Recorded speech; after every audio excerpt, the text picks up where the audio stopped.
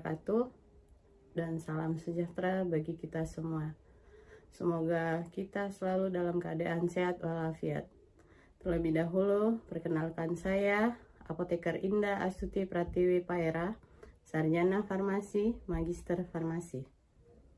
Saya adalah salah satu dosen pengajar di Sekolah Tinggi Ilmu Kesehatan Salewangan Maros, program studi Diploma 3 Farmasi.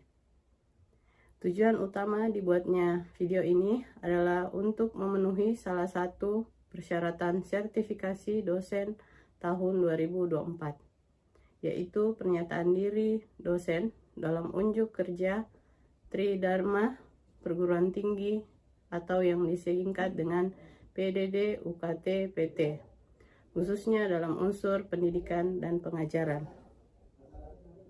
Dalam video singkat ini, saya akan menjelaskan mata kuliah yang saya ampu, di mana mata kuliah ini diajarkan pada mahasiswa semester 5 di program studi Diploma 3 Farmasi Sekolah Tinggi Ilmu Kesehatan Salewangan Maros, yaitu mata kuliah Farmasi Perapotekan.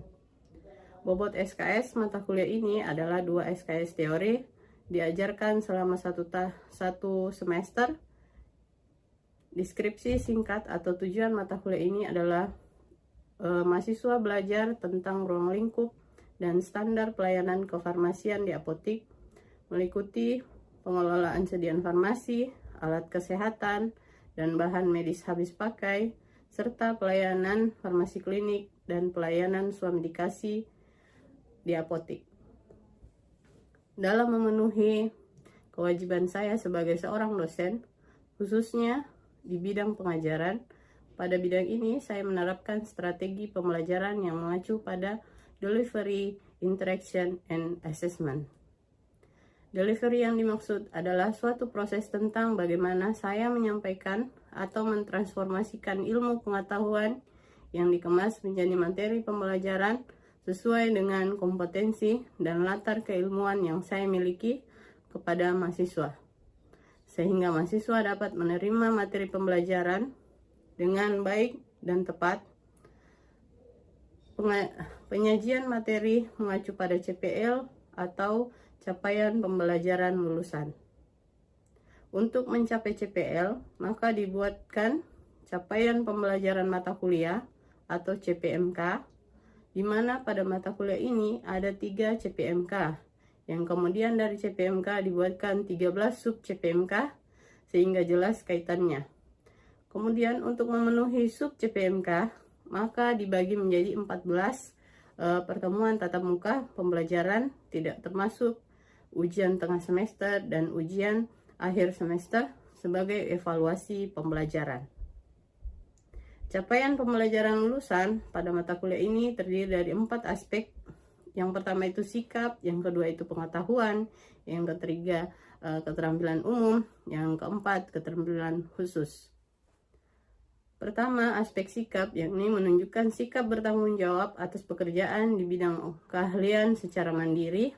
Kemudian kedua, aspek pengetahuan, yaitu mampu menguasai etika, hukum, dan standar pelayanan kefarmasian sebagai landasan dalam memberikan pelayanan kefarmasian. Ketiga, aspek keterampilan umum terdiri dari 2 bagian. Yang pertama itu mampu menunjukkan kinerja dengan mutu dan kuantitas yang terukur. Yang kedua, memecahkan masalah pekerjaan dengan sifat dan konteks yang sesuai dengan bidang keahlian terapannya yang didasarkan pada pemikiran logis dan inovatif. Dilaksanakan bertanggung jawab atas hasilnya secara mandiri. Yang keempat itu aspek keterampilan khusus, di mana mampu menyelesaikan pelayanan resep, mulai dari penerimaan, screening administrasi, penyiapan dan peracikan, sediaan farmasi, dan pemberian informasi. Pelayanan swamedikasi, pengelolaan sediaan farmasi, alat kesehatan, bahan medis habis pakai, dan pelayanan teknis farmasi klinik sesuai dengan etik dan aspek legal yang berlaku. Adapun capaian pembelajaran mata kuliah, yakni CPMK 1, menjelaskan ruang lingkup dan standar pelayanan di apotik. CPMK 2 mampu menjelaskan dan menerapkan pengelolaan sediaan farmasi, alat kesehatan, dan bahan medis habis pakai. Ya, dan yang ketiga itu mampu menjelaskan pelayanan farmasi klinik. Adapun bahan kajian tentang kajiannya meliputi tentang standar kefarmasian di apotik, kedua pengelolaan sediaan farmasi, yang ketiga itu alat kesehatan, dan bahan medis habis pakai, meliputi mulai dari perencanaan, pengadaan, penerimaan, penyimpanan, pemusnahan, pengendalian, pencatatan, dan pelaporan. Yang ketiga yaitu pelayanan farmasi klinik, meliputi pengkajian resep, dispensing, pelayanan informasi obat atau PIO, pelayanan kefarmasian atau home care, pelayanan farmasi swamdikasi, pemantauan terapi obat atau PTO, dan monitoring efek samping obat atau MESO. Untuk mendukung kegiatan pengajaran di kelas, saya menggunakan berbagai literatur seperti buku, jurnal, artikel, majalah kefarmasian, serta peraturan yang diterapkan pemerintah yang terkait dengan materi yang saya bawakan, serta menempatkan berbagai permasalahan atau isu terkait dan relevan dengan mata kuliah yang sedang terjadi saat ini sebagai bahan kajian diskusi dan pembelajaran agar mahasiswa selalu memiliki keterbaruan pengetahuan. Selanjutnya, pada aspek interaction di sini merupakan suatu hubungan timbal balik antara mahasiswa, pengajar, dan mahasiswa dalam proses pembelajaran. Dalam interaksi ini melibatkan peran pengajar dan mahasiswa melalui komunikasi interaktif sehingga segala yang disampaikan dapat mudah dipahami dan dengan jelas. Strategi interaction yang saya lakukan di kelas yaitu melalui Student Learning Center atau SLC. Melalui SLC ini diharapkan dapat menempatkan mahasiswa sebagai subjek pembelajaran dan dosen sebagai fasilitator, sedangkan hubungan antara mahasiswa yang satu dengan yang lain adalah setara, yang tercermin dalam bentuk kerjasama dalam kelompok untuk menyelesaikan suatu tugas belajar, sehingga setiap mahasiswa memiliki tanggung jawab penuh atas kegiatan belajarnya dan termotivasi, berperan aktif, kreatif, dan disiplin kritis, percaya diri, dan memiliki keahlian teknis. Sistem SLC dalam strategi pembelajaran saya terdiri dari 3. Yang pertama itu simulasi, di mana simulasi atau demonstrasi merupakan model pembelajaran yang membawa situasi mirip dengan sesungguhnya ke dalam kelas, seperti bagaimana mahasiswa dapat mensimulasikan proses penerimaan, penyimpanan, pemusnahan, sediaan farmasi, dan alkes di apotik, serta pelaporan dan pencatatan. Yang kedua, metode diskusi memungkinkan adanya interaksi antara dosen dengan mahasiswa atau mahasiswa dengan mahasiswa. Melalui metode diskusi, dosen dapat membaca pikiran mahasiswa tentang konsep yang baru dipelajarinya, seperti menilai pemahaman mereka, apakah mereka salah mengerti atau biasa terhadap konsep baru tersebut. Kemudian yang ketiga itu self-direction learning, atau di mana self-direction learning, SDL, adalah proses belajar yang dilakukan atas inisiatif individu mahasiswa sendiri. Dalam hal ini, perencanaan, pelaksanaan, dan penilaian terhadap pengalaman belajar yang telah dijalani dilakukan semuanya oleh individu yang bersangkutan. Itulah model aspek interaction yang saya terapkan dalam pembelajaran yang saya bawakan. Selanjutnya, aspek assessment, di mana aspek assessment ini merupakan suatu proses penilaian yang dilakukan secara objektif untuk mengukur kemampuan mahasiswa secara menerima materi pembelajaran selama 1 semester. Indikator penilaian yang saya gunakan terdiri dari beberapa bagian. Yang pertama itu kehadiran mahasiswa 15%, yang kedua itu tugas mandiri atau kelompok dengan bobot 10%, diskusi dengan kuis bobot 20% dengan penilaian keaktifan dalam diskusi, kemudian ujian tengah semester 25%, ujian akhir semester 30%. Hasil asesmen yang dilakukan diinformasikan secara terbuka dan transparan kepada mahasiswa agar menjadi bahan introspeksi sekaligus memotivasi untuk lebih baik dalam pembelajaran ke depannya. Selanjutnya, sebagai bagian dari persyaratan video ini, saya menampilkan video pula proses pembelajaran yang dilakukan di kelas berupa video dokumentasi. Demikian deskripsi mata kuliah farmasi perapotekan yang saya ampuh. Semoga kurang lebihnya dapat memberikan informasi mengenai kinerja pengajaran yang saya lakukan, khususnya di mata kuliah farmasi perapotekan di program studi Diploma 3 Farmasi Sekolah Tinggi Ilmu Kesehatan Salewangan Maros. Saya mengucapkan banyak terima kasih yang sebesar-besarnya kepada seluruh tim dan tim penilai dan tim sertifikasi, panitia sertifikasi Smart Dosen tahun 2024, khususnya dari Direktorat Sumber Daya Dirjen Dikti dan Kemendikbud Ristek Indonesia. Tidak lupa pula saya mengucapkan banyak terima kasih kepada pihak di Sekolah Tinggi Ilmu Kesehatan Salewangan Maros, rekan sejawat dan mahasiswa. Demikian yang saya sampaikan. Terima kasih. Kampus Merdeka Indonesia Jaya. Wassalamualaikum warahmatullahi wabarakatuh. Apa kira-kira keluarga kalian ada yang biasa kalian komunikasi atau biasa beli obat sendiri? Ada? Diare. Obat apa kalau dia diare? Obat apa yang biasa dibeli? Diare. Oh iya, iya yang mahal. Tidak ada yang minum diabetes ya yang 500. Lebih murah itu 500 perak. Malah kalau ke puskesmas gratis. Oke. Ini yang penyakit yang dilakukan, yang awam umumnya banyak melakukan komplikasi, yaitu pematkul, yaitu gangguan pernapasan yang ditandai dengan adanya batuk, bersin-bersin, hidung tersumbat, nyeri tenggorokan, demam dan sakit kepala. Udah bersin, demam, sakit kepala, putus cinta. Jadi dia minum obat apa? Kalau seperti ini dia minum obat apa?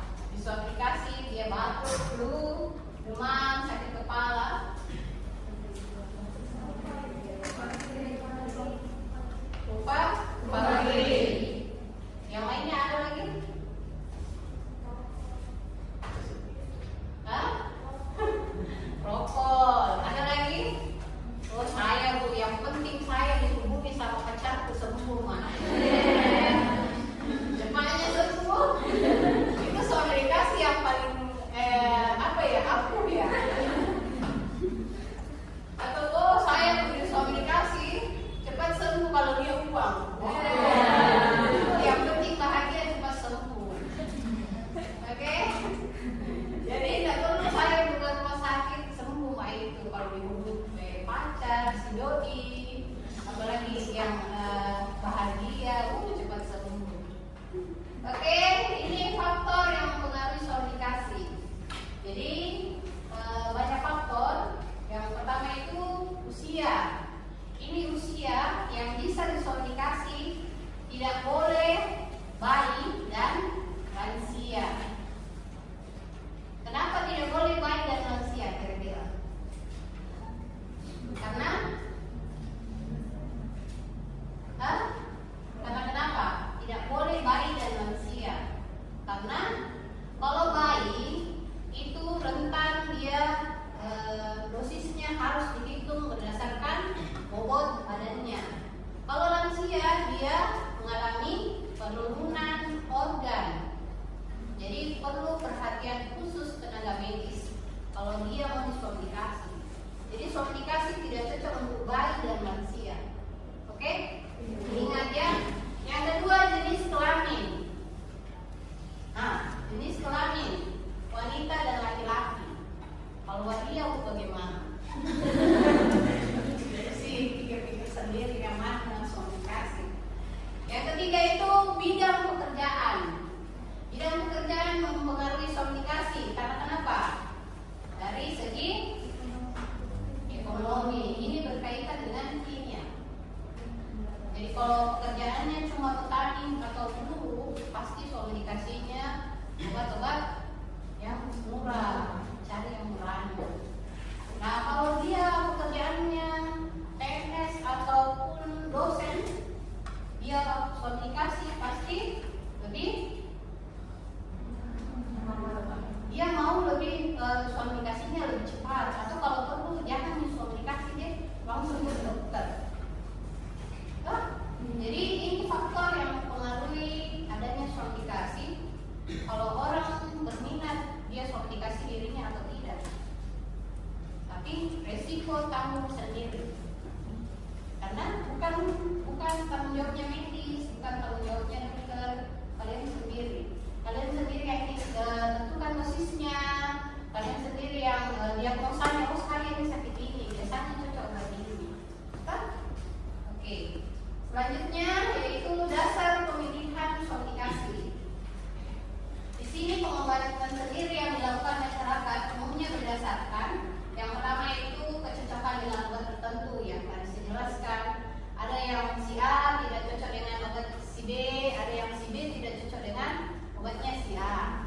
Jadi jangan bilang, oh ini saya sendiri tetangganya, dia minum obat yang ini, oh saya cocok ini obat, mungkin juga supaya cepat sembuh. Dia tidak mau cari murah, tapi dia sendiri yang tanggung resiko. Yang kedua itu obat yang mudah didapatkan.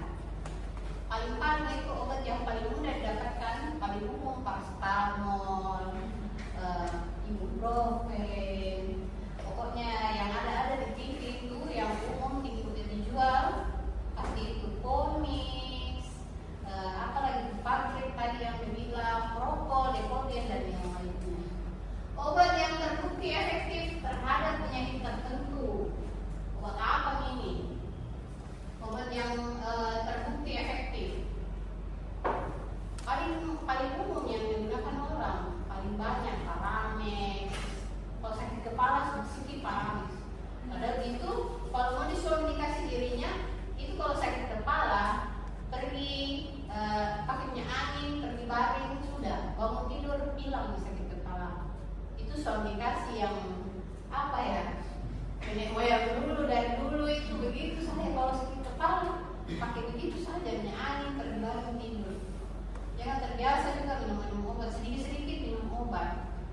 Oke? Yang keempat, merek obat yang terkenal. Paling banyak yang muncul di televisi itu yang ada.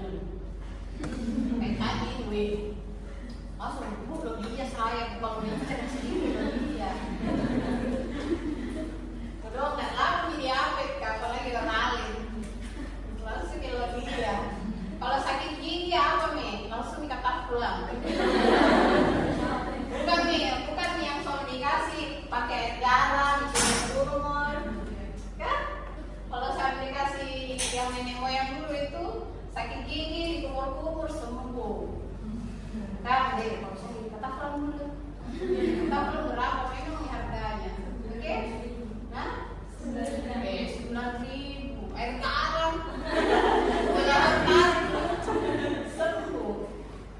Oke, yang ini selanjutnya pelayanan yang diberikan farmasi kepada pasien yang melakukan komunikasi. Yang pertama itu informasi mengenai obat yang akan digunakan pasien. Yang kedua mengenai cara penggunaan. Wah, kalau ini penggunaannya kalau diminum gampang.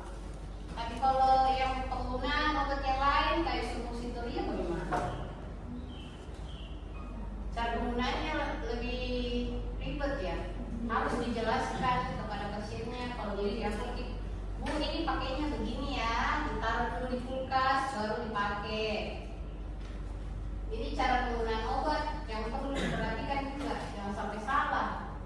Suppositoria dilihat seperti tabletnya minum gitu. Itu cara penggunaan obat yang salah. Yang ketiga, informasi mengenai kontraindikasi.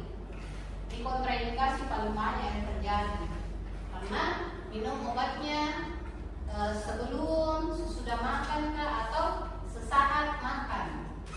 Kalau sebelum makan itu setengah jam sebelum sebelum makan. Kalau sesudah makan, setengah jam sesudah makan. Kalau sesaat makan, habis makan langsung minum. Itu aturan cara penggunaan obat mempengaruhi dengan kontraindikasi. Yang keempat itu informasi mengenai efek samping. Efek samping. Dari mana nih? Kalau efek samping cinta, patah hati. Nah, kalau efek samping obat, sudah minum obat Bu, saya masalah mual muntah. Itu komunikasi yang salah. Dipelajari dulu obatnya dan kalian minum. Kalau perlu dibaca dulu itu etiketnya, dibaca brosurnya. Oh, kalau saya minum ini CTM harus malam hari pada saat mau tidur. Supaya apa? Tidak mengantuk. Jadi efek samping obatnya bisa diketahui sebelumnya, toh? Iya. Oke. Mungkin sekian untuk materi perkuliahan hari ini. Pendahuluan. Di sini saya mau bagi tugas dulu untuk pertemuan selanjutnya. Kalian ada 20 berapa ya? 26 atau 27? Oke, 26 saya bagi jadi 7 kelompok. Masing-masing kelompok berarti ada yang 3, ada yang 4 ya? Iya. Ini saya bagi 7 kelompok. Yang kelompok pertama absensi nomor 1 sampai 3. Kelompok kedua absensi 4 sampai 6 dan seterusnya. Saya sudah tandai di absennya. Saya bagi 7 kelompok. Yang pertama itu kecancingan. Tugasnya ini dikumpulkan minggu depan, pekan depan, beserta makalah dan PPT. Yang kelompok kedua yaitu demam dan nyeri. Yang kelompok 3 diare dan konstipasi. Yang keempat alergi. Yang kelima penyakit kulit.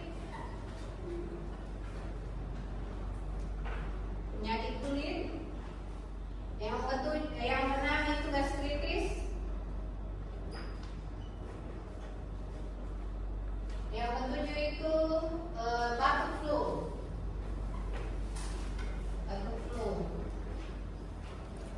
Jadi ada 7 kelompok, masing-masing 3 atau 4 dari kalian. Tidak ada yang ingkong di sini ya. Tidak ada yang bermusuhan sesama temannya. Tidak ada. Jadi saya bagi berdasarkan aksen saya 1 sampai 26 dibagi 7 kelompok, masing-masing buatkan makalah dan PPT, dikumpulkan pekan depan. Tolong makalahnya jangan lebih dari 10 lembar, PPT-nya tolong